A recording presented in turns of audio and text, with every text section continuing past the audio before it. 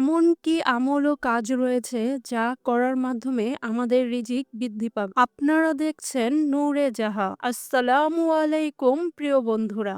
আশা করি সকলেই ভালো আছেন। রাসূলুল্লাহ সাল্লাল্লাহু আলাইহি ওয়াসাল্লাম বলেছেন, যদি তোমরা আল্লাহর প্রতি যথার্থভাবে ভরসা করো তাহলে তিনি তোমাদের এমনভাবে রিজিক দেবেন যেমনভাবে তিনি পাখিদের রিজিক দেন। তারা সকালে ক্ষুধার্ত অবস্থায় বের হয় এবং সন্ধ্যায় পেট ভরে ফিরে আসে। তিরমিজি শরীফ হাদিস নম্বর 2344। বন্ধুরা, আমরা যেসব উপায়ে আমাদের রিজিক বৃদ্ধি করতে পারি তা হলো, প্রথমত তওবা ও ইস্তিগফার করা। তওবা এবং ইস্তিগফার রিজিক বৃদ্ধির একটি অন্যতম মাধ্যম। আল্লাহ তাআলা তওবাকারীদের জন্য দয়া বর্ষণ করেন এবং তাদের রিজিক বাড়িয়ে দেন। আল্লাহ বলেন, নিজ প্রতিপালকের কাছে ক্ষমা প্রার্থনা করো, নিশ্চয়ই তিনি অতিশয় ক্ষমাশীল। তিনি আকাশ থেকে তোমাদের প্রচুর বৃষ্টি বর্ষণ করবেন। তিনি তোমাদের ধন সম্পদ ও সন্তান সন্ততিতে উন্নতি করবেন এবং তোমাদের বাগান ও নদীনালা দান করবেন। সূরা নূহ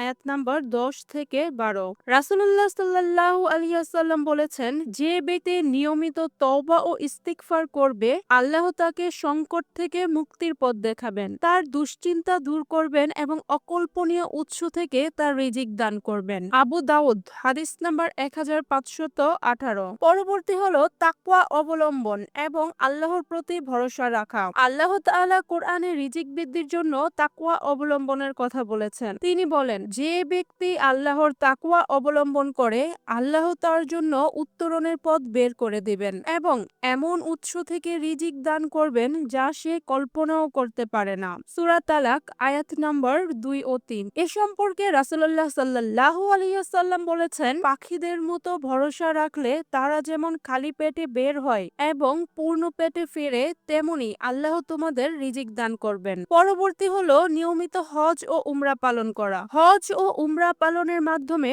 মানুষের জীবনে অভাব দূর হয় এবং রিজিকে বরকত আসে। রাসূলুল্লাহ সাল্লাল্লাহু আলাইহি ওয়াসাল্লাম বলেছেন, তোমরা ধারাবাহিকভাবে হজ ও উমরা পালন করো, কারণ এগুলো অভাব ও গুনাহ এমন ভাবে দূর করে যেমন কামারের হাপড় লোহা ও সোনার ময়লা পরিষ্কার করে। তিরমিজি শরীফ হাদিস নাম্বার 810। পরবর্তী হলো আত্মীয়তার সম্পর্ক বজায় রাখা। আত্মীয়তার সম্পর্ক বজায় রাখা রিজিক বৃদ্ধির অন্যতম একটি উপায়। আল্লাহ আত্মীয়তার সম্পর্ক বজায় রাখার মাধ্যমে জীবনে বরকত আনেন। রাসূলুল্লাহ সাল্লাল্লাহু আলাইহি ওয়াসাল্লাম বলেছেন, যে ব্যক্তি কামনা করে তার রিজিক প্রশস্ত হোক এবং আয়ু দীর্ঘ হোক, সে যেন আত্মীয়দের সঙ্গে সুসম্পর্ক বজায় রাখে। বুখারী শরীফ হাদিস নাম্বার 5985। পরবর্তী হলো দান সদকা করা। দান সদকা করলে রিজিকে বরকত হয়।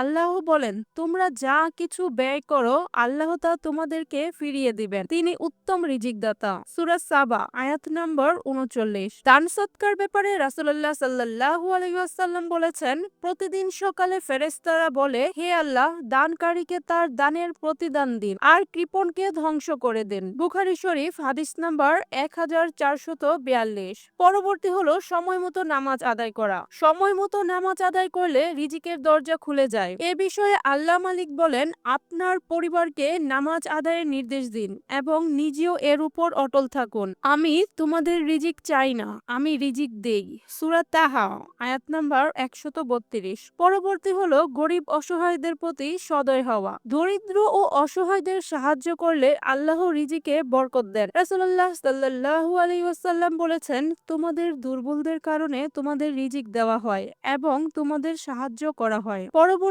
হলো বিয়ে করা। আল্লাহ যে সকল কারণে বান্দার আমল বৃদ্ধি করে দেন তার মধ্যে আরো একটি হলো বিয়ে করা। আল্লাহ বলেন, তোমাদের মধ্যে যারা অবিবাহিত তাদের বিয়ে করিয়ে দাও, আর যদি নিঃস্ব হয় তাহলে আল্লাহ নিজ অনুগ্রহে তাদের সচ্ছল করে দেবেন। সূরা নূর আয়াত নম্বর 32। এ বিষয়ে রাসূলুল্লাহ সাল্লাল্লাহু আলাইহি ওয়াসাল্লাম বলেছেন, যে ব্যক্তি বিয়ে করে পবিত্র জীবনযাপন করতে চায় আল্লাহ তাকে সাহায্য করেন। পরবর্তী হলো কৃতজ্ঞতা প্রকাশ করা। আল্লাহ বলেন, যদি যদি তোমরা কৃতজ্ঞ হও আমি অবশ্যই তোমাদের নিয়ামত বাড়িয়ে দেব, আর অকৃতজ্ঞ হলে শাস্তি কঠিন। পরবর্তী হলো আল্লাহর কাছে দোয়া করা। এ বিষয়ে আল্লাহ বলেন, তোমরা আমাকে ডাকো, আমি তোমাদের ডাকে সাড়া দেব। এবং আল্লাহর কাছে দোয়া চাওয়ার ব্যাপারে হাদিস শরীফে আছে, রাসূলুল্লাহ সাল্লাল্লাহু আলাইহি ওয়াসাল্লাম বলেছেন, যে ব্যক্তি আল্লাহর কাছে সাহায্য প্রার্থনা করে এবং তার উপর ভরসা রাখে, আল্লাহ তাকে রিজিক দান করেন। তিরমিজি শরীফ হাদিস নম্বর 2896। পরবর্তী হলো শুকর আদায় করা। আল্লাহ তাআলা রাব্বুল আলামিন শুকরিয়া আদায়কারীকে পছন্দ করেন। আল্লাহ বলেন, যদি শুকর আদায় করো আমি তোমাদের নিয়ামত বাড়িয়ে দেব, আর অকৃতজ্ঞ হলে শাস্তি কঠোর। সূরা ইব্রাহিম আয়াত নাম্বার 7। বন্ধুরা, এবং আমাদের রিজিক বৃদ্ধি করার জন্য আরেকটি উপায় হলো পরিশ্রম করা। পরিশ্রম ছাড়া রিজিকের আশা করা ইসলাম সমর্থন করে না। আল্লাহ বলেন, নামাজ শেষে জমিনে ছড়িয়ে পড়ো এবং আল্লাহর অনুগ্রহ অনুসন্ধান করো। সূরা জুমা আয়াত নাম্বার 10। এ ব্যাপারে রাসূলুল্লাহ সাল্লাল্লাহু আলাইহি ওয়াসাল্লাম বলেছেন, কোন ব্যক্তি যদি পরিশ্রম করে জীবিকা অর্জন করে এটি মানুষের কাছে হাত পাতার চেয়ে উত্তম। বুখারী শরীফ হাদিস নাম্বার 1480। প্রিয় বন্ধুরা, রিজিক বৃদ্ধির জন্য আল্লাহর আদেশ মান্য করা, তাকওয়া অবলম্বন, দান সদকা, আত্মীয়তার সম্পর্ক বজায় রাখা এবং পরিশ্রম করা অত্যন্ত গুরুত্বপূর্ণ। এসব কাজ শুধু দুনিয়াতে রিজিক বৃদ্ধি করে না, বরং আখিরাতেও মানুষের মর্যাদা বাড়ায়। বন্ধুরা, যদি ভিডিওটি আপনাদের ভালো লাগে অবশ্যই লাইক, কমেন্ট, শেয়ার এবং সাবস্ক্রাইব করতে ভুলবেন না। আশা করি সকলেই ভালো থাকবেন। খোদা হাফেজ।